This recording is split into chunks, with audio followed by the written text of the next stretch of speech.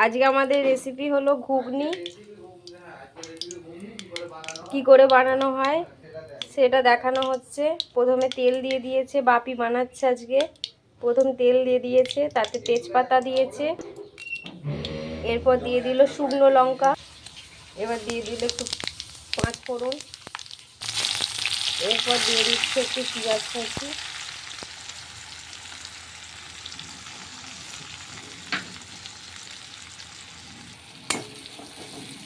পেঁয়াজ একটু ভাজা ভাজা হচ্ছে।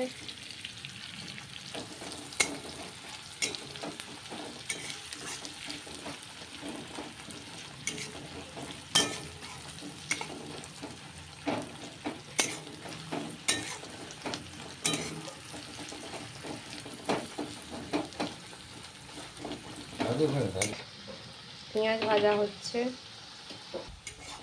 পেঁয়াজটা ভালোভাবে ভাজা হতে হবে।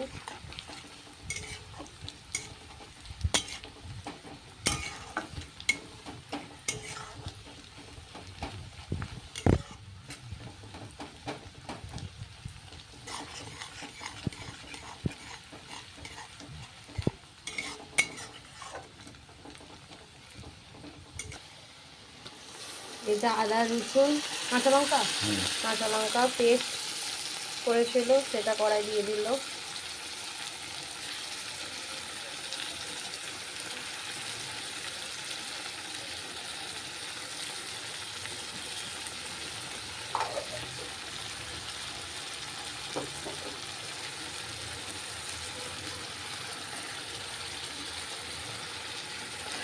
এরপর এটা নাড়া হচ্ছে ভালো করে। দুটো মিক্সচার একসঙ্গে করতে হবে, এটা ভালো করে ভাজা ভাজা করতে হবে। এরকমভাবে ভালো করে নাড়তে হবে। পেঁয়াজ আদা রসুন ভালো করে ভাজা ভাজা করতে হবে, না হলে গন্ধ বেরোবে, একটা স্মেলটা বেরোবে।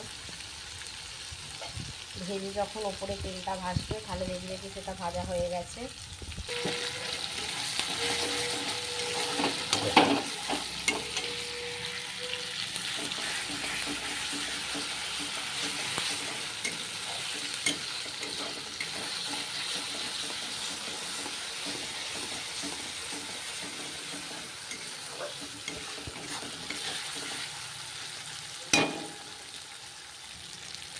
লঙ্কা গুঁড়ো, এরপর দিচ্ছি লঙ্কা গুঁড়ো,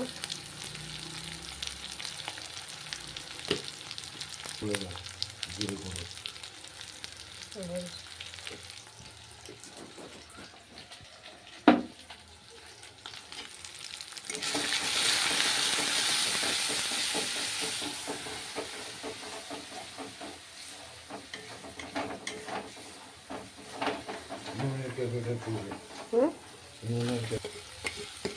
এরপর টমেটো কুচি, নুন, তারপর ভালো করে নাড়বে।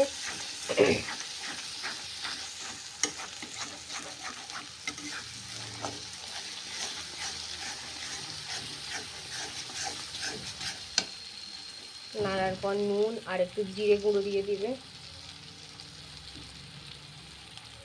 নুনটা দিলে টমেটোটা গলে যাবে। এই যে মশলা তৈরি হচ্ছে।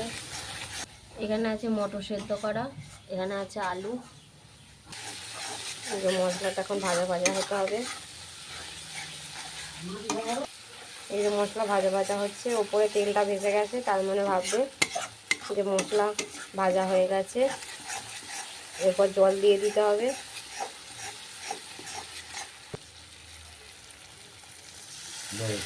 একটু জল দিয়ে দিলাম।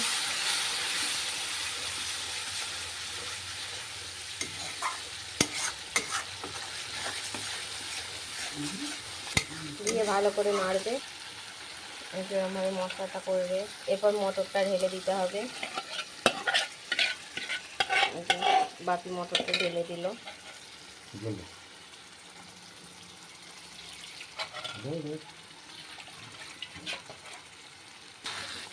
এরপর নাড়তে হবে।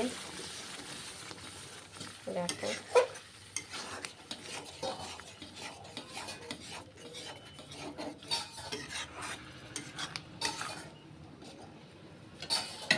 এরপর একটু জল দিয়ে দেবে, আর একটু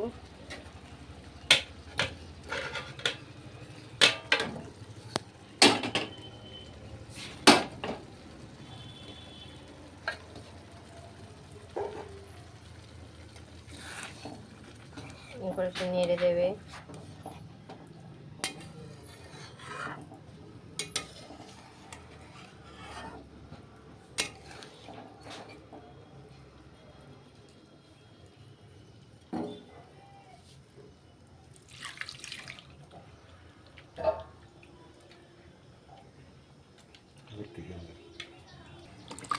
এরপর একটু জল দিয়ে দেবে। আমার একটু আলু সেদ্ধ করা ছিল, আলুটা দেওয়া হয়েছে। তোমরা আলু দিতেও পারো, নাও পারো।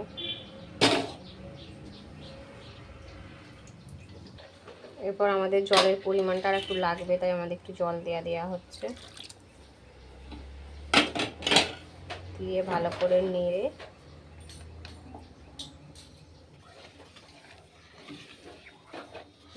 আর চাপা দিয়ে দেবে। এতে একটু চিনি দিয়ে দিয়েছিলাম স্বাদের জন্যে। আর এখন দিচ্ছি গরম মশলা।